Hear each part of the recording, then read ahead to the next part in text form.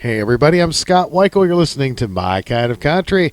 My special guest tonight is a great part of the Bakersfield Sound, and he's had a lot of great hit records, worked with some of the very best in the business, and he's still making great music today. It's an honor to have him on the show. It's my honor to welcome Bobby Durham to My Kind of Country. Bobby, how are you tonight? I'm just fine, Scott. It sure is good to talking to you. Well, man, it's a pleasure to have you on the show. I'm glad we were finally able to hook up and get together on this. Well, I am too. It's taken a while. Yeah, well, sometimes it's worth the wait, Well, God bless you, man. God bless all of you fans out there that are listening. Well, it's a pleasure, and we're going to be playing some of your great records tonight as well. No doubt about it. You got a lot of them. Well, I was so lucky. I signed with Capitol Records in '63. No, in '62 actually. I did my first session in '62, and I had all the Bakersfield guys there. That was part of the Bakersfield Sound. Merle Haggard was playing bass on my records, on all of my records. And you have the distinction. You were born in Bakersfield, right? Yes, I was. I was one of the few that was actually, my brother and I both were born in Bakersfield, Wayne and I. Wow, that's incredible. Now, Wayne was a fabulous musician, too, and I was privileged to meet him a couple times when he toured with Merle Haggard. Yeah, my brother, him and I were like Don and Phil. We'd get along, and then we wouldn't get along. That's typical. You know what I mean? Yep, that's typical. I love working with my brother. He started traveling on the road with me when he was only 16 years old. Wow. Well, I read that you were only 11 years old and you were working on the Buddy Mize show, right? Yeah, Cousin Herb's show, the Trading Post here in Bakersfield. It's called the Trading Post. Oh, you were on Trading Post. Okay, I was thinking you were on Billy Mize's show. Oh, yeah, well, I was, because Billy Mize took Herb's place after Herb passed on. Right, yeah. Billy took over the show and kept it on the air. That's great. For a long time, yeah. And you were good friends with Tommy Collins, too, right?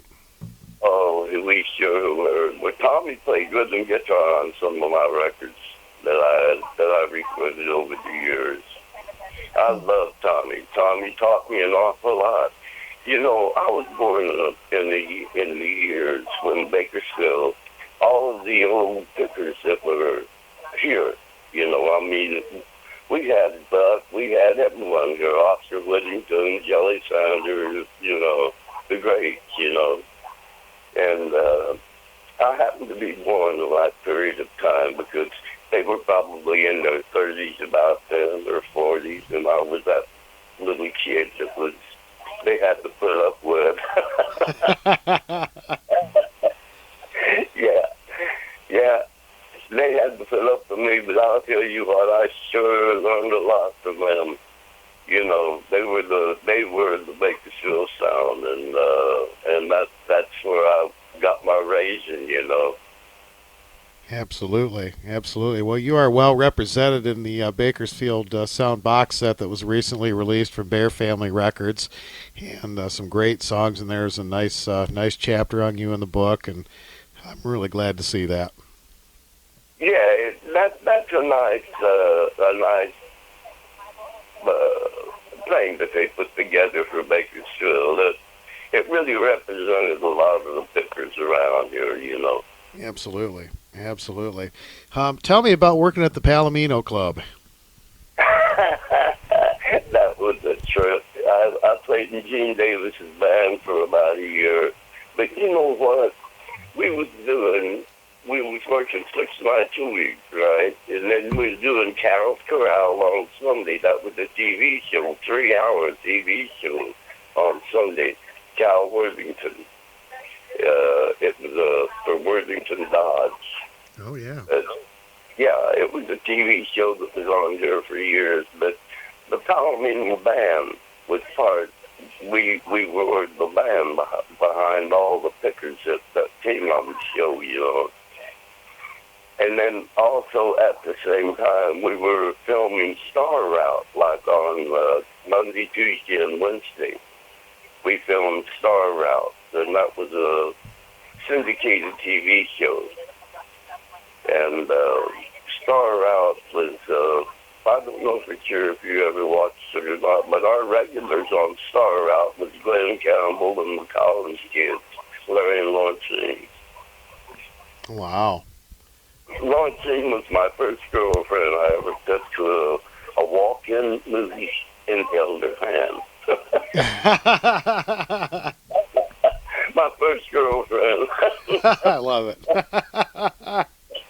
Oh, that's great. Well, you mentioned earlier you sang with Capitol Records, and you had a pretty big hit right out of the box. It was a song that was written by Merle Haggard called "My Past Is Present." Yeah, that was a real good song, you know. Merle, well, Tommy worked with Merle just like he worked with me, Tommy Collins.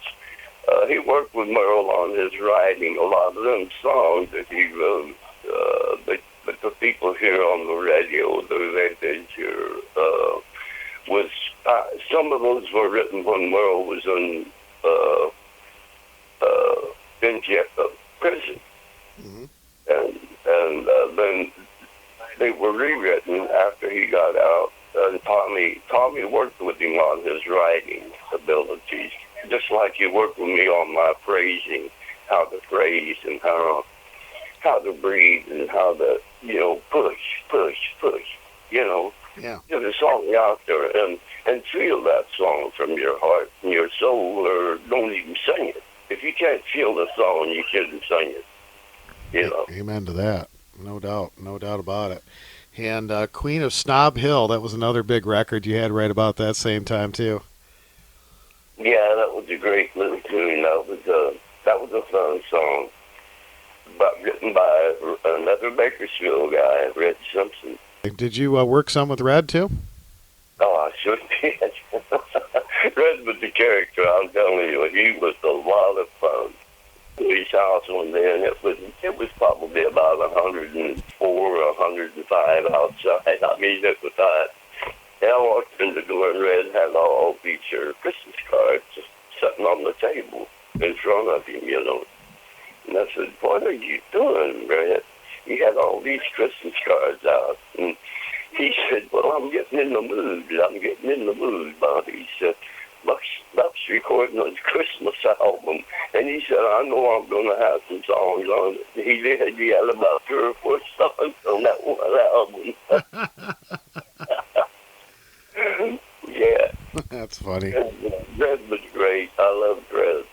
Well, you know, all those guys like Jelly Sanders and Red Simpson, Oscar Whittington, the great fiddle players. 2 of the greatest fiddle players that ever lived was Oscar and Jelly. And boy, they played twin fiddles like nobody else. Yeah, absolutely. They were the best, you know. Absolutely. Well, you had a lot of great records with Capitol. Let the Sad Times Roll On, a Buck Owens song. Home is Where I Hang My Head. Why Don't You Just Be You? And there was a song you recorded that I noticed that Merle Haggard and Fuzzy Owen wrote, and I didn't remember the song, and it was called So Welcome to the Club. Do you remember that one? Yeah. Oh, I sure do. That was a great song. That was a great song. Yeah.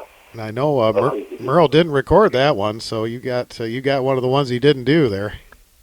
You know, if you listen to the words to Welcome to the Club, it's an incredible tune. You know, it's a bartender talking to this old boy that, you know, he says, "Pardon me, I'd like to listen to you, you know, but it's closing time. There's nothing that I can say to take her off your mind." And he said, "Don't feel bad, you're not lonely by yourself. The one I love, she belongs to someone else. So welcome to the club, man." That's great. Yeah. I love it. Tell me about the suit that you loaned to Merle Haggard, the nudie suit. Oh, he called me one afternoon.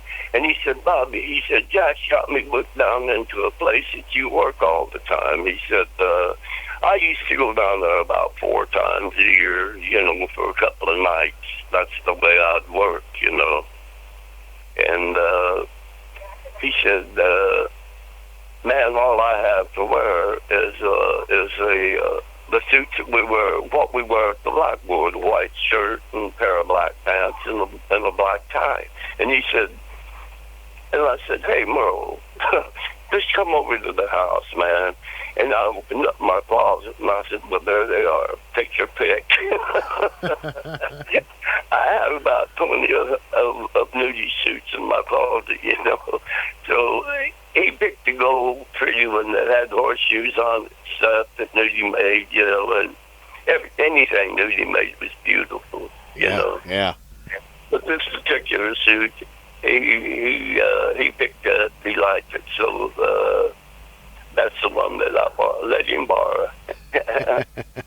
Did he give it back? Oh, yes. Merle used to put his car in my garage and stay over at my house for like a few days at a time. Every once in a while, we'd get to going and didn't have enough sense to quit.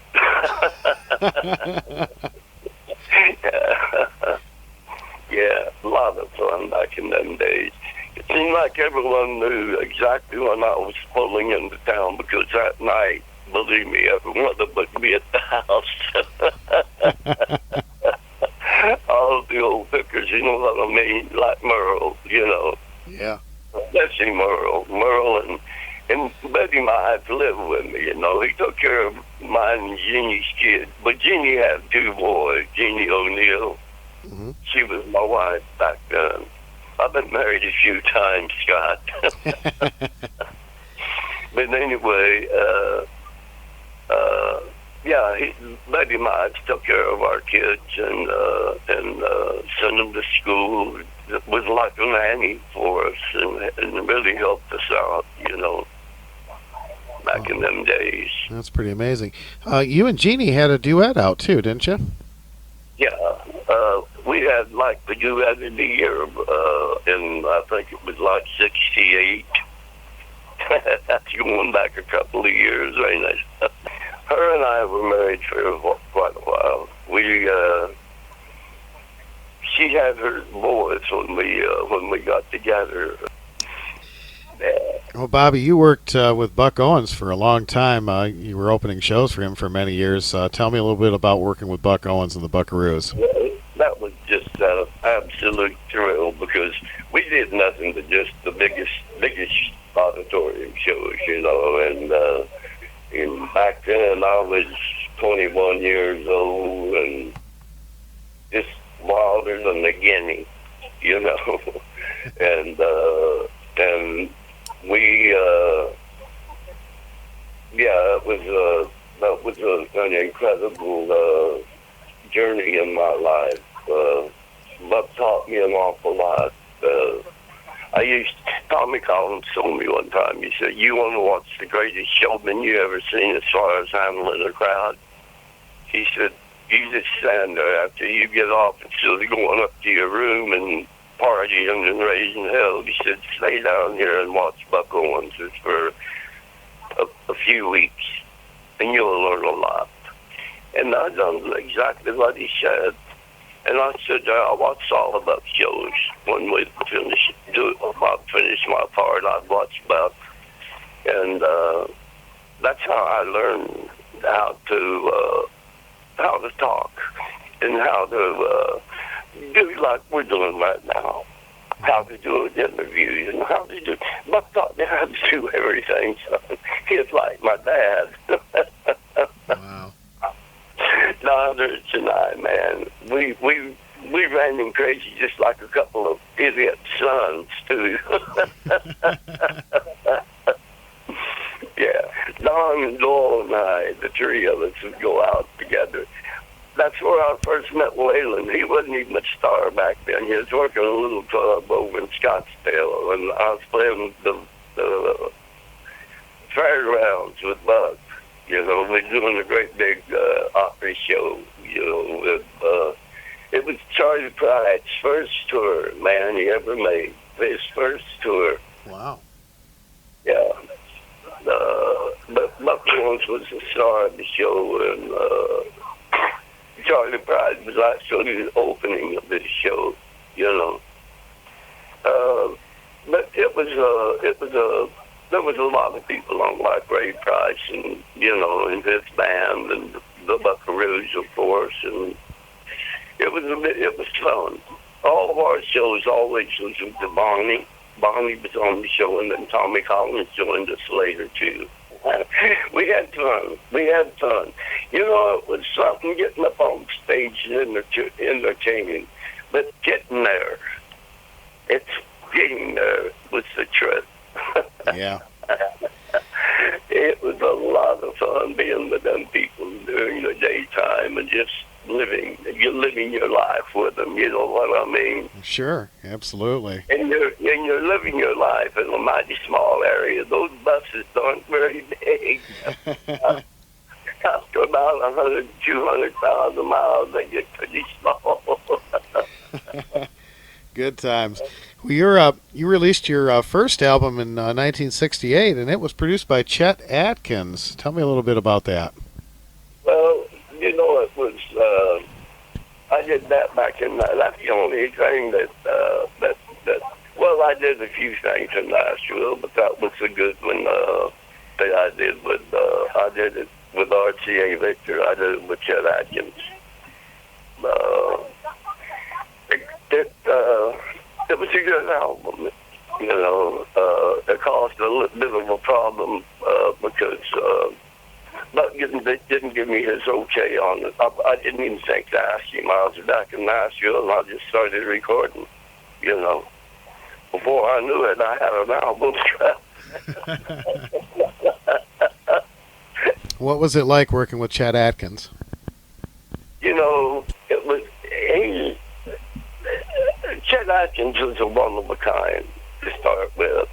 He brought so many people like Jerry Reed and people like that. He brought them along, you know what I mean? And he was just that kind of a guy. He was like Tommy Collins, only back there. And, you know, Tommy was living here in Bakersfield, you know. Chet Atkins was a great producer, an incredible producer. You owned a club for a while. I think you and your brother were working at this club in Las Vegas, right? Yeah, well, yeah, the Silver Dollar. I bought a club in Colorado Springs, me and my friend, but I didn't own the club in Vegas. I played there for about 10 years. I was working the Golden Nugget. See, what happened is Jack McFadden, when Buck Owens got so big, he couldn't afford to play the Golden Nuggets anymore. So Jack McFadden gave me his dates. See, Jack was my manager, too, and that was Buck's manager. Oh, okay. Jack McFadden. Mm-hmm.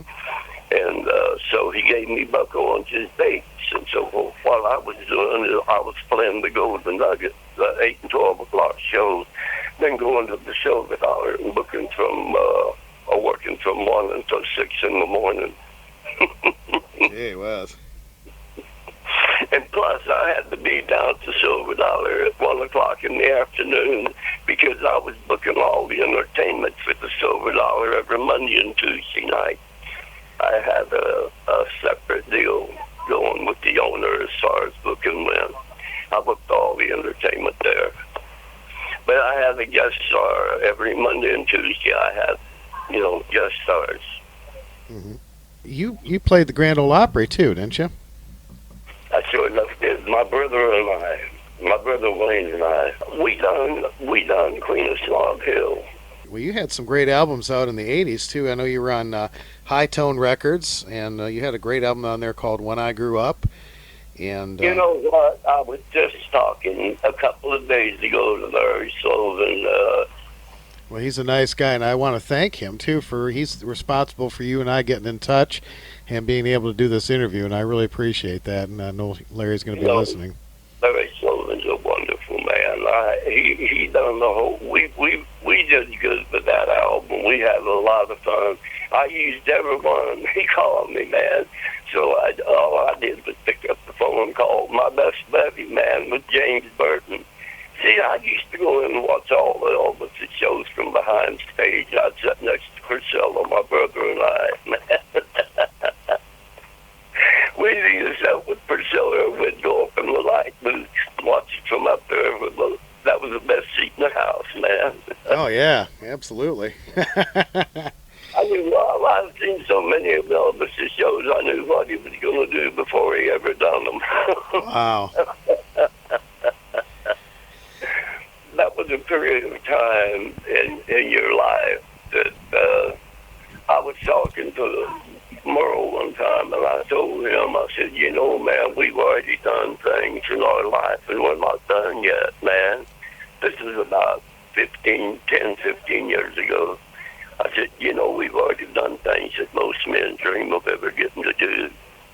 We've already done them, son, you know.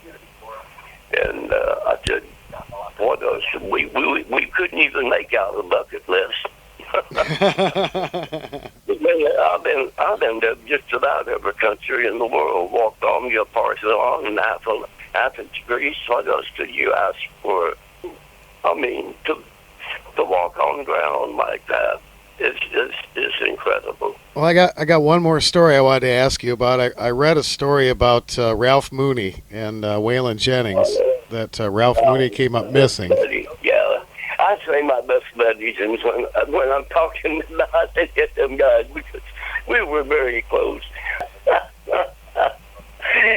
tell you what, man, I was when it comes to head of the party, and everybody always came to the Silver Dollar because they knew that's where the partying was at. You know what I mean? We played from 1 to 6 in the morning, man, and every picker that you could name just about came down to the Silver Dollar when they'd get off work. Maybe he went to a party with me one night. The next night I went to see Waylon's, the show. And the curtain opened up, and I was standing in the back, back in the back part of the lounge. And when the curtain opened up, man, I just kind of ducked in behind the great big post that was back there. And Waylon said, I see you back there, Bobby. He said, where's my steel guitar player? Only said, where in the hell is my steel guitar player? Was his exact words. And boy, out the door I went. And I went over to where we was partying the night before. And Moon was still asleep.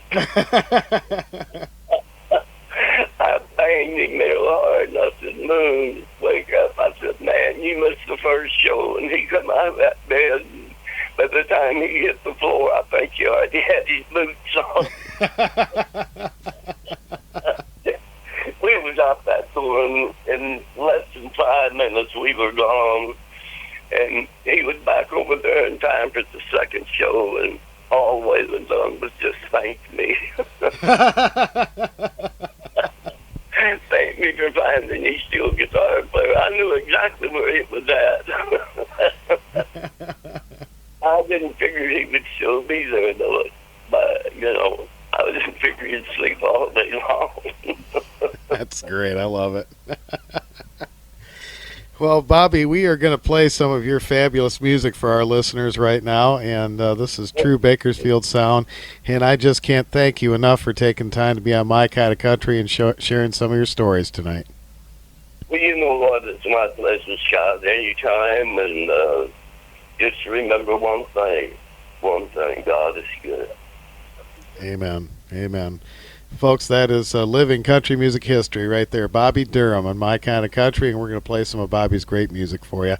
Bobby, thanks again. Thank you very much, Scott. God bless you.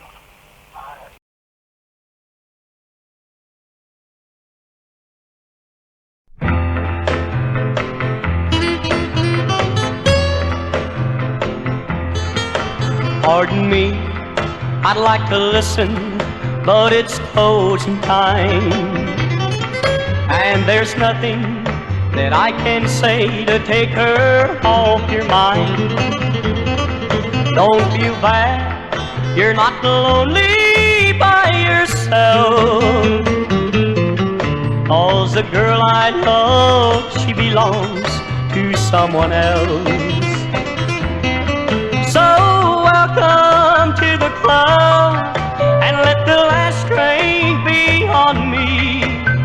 Maybe this one will drown her memory. Drink up and drink to every fool in love. You're a member now, so welcome to the club.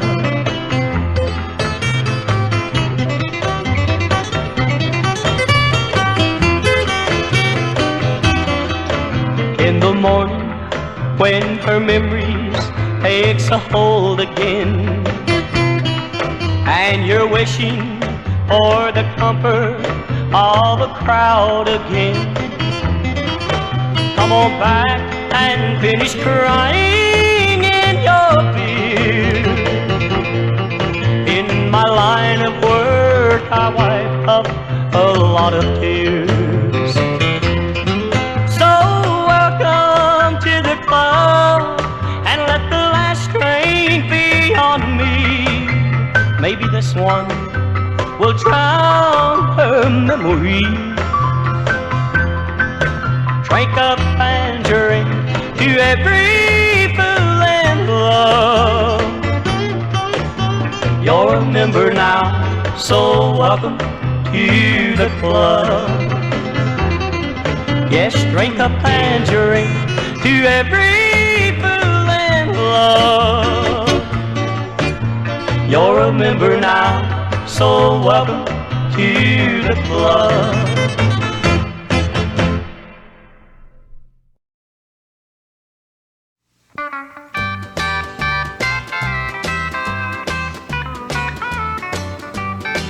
He came down from his mansion, down from the mountain in a big long Cadillac.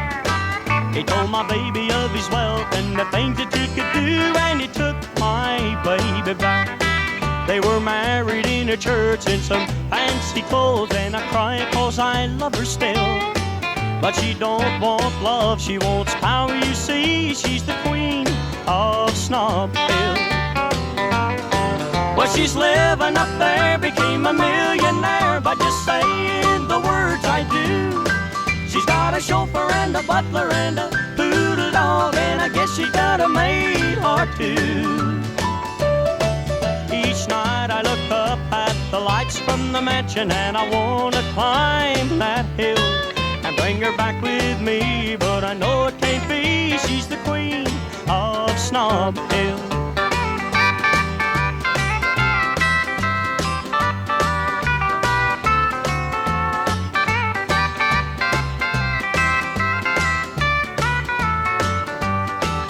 Well, the other day I was walking downtown, and I seen my old used-to-be there. She was riding around in a big limousine with her nose up in the air. I started to speak because seeing her gave my heart such a thrill. I thought I better not, she's high class now, she's the queen of Snobville. Well, she's living up there, became a millionaire by just saying the words I do. She's got a chauffeur and a butler and a poodle dog, and I guess she got a maid or two. Each night I look up at the lights from the mansion, and I wanna climb that hill and bring her back with me, but I know it can't be. She's the queen of Snobville.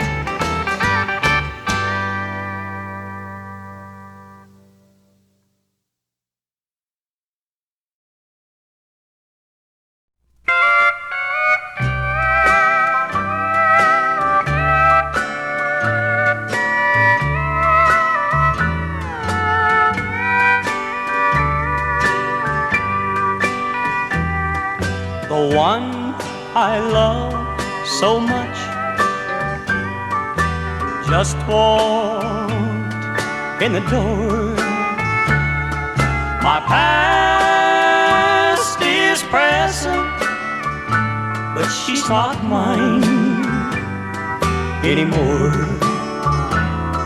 Did she stop by to hurt me? Or does she even know I'm here? My past is present. Could it be that she still cares? For without her, there's no future. She's close, yet far away. I keep hoping that my tomorrows will catch up with yesterday. For time has stopped, my world has stopped since she went away. My past is present. I just hope she's back to stay.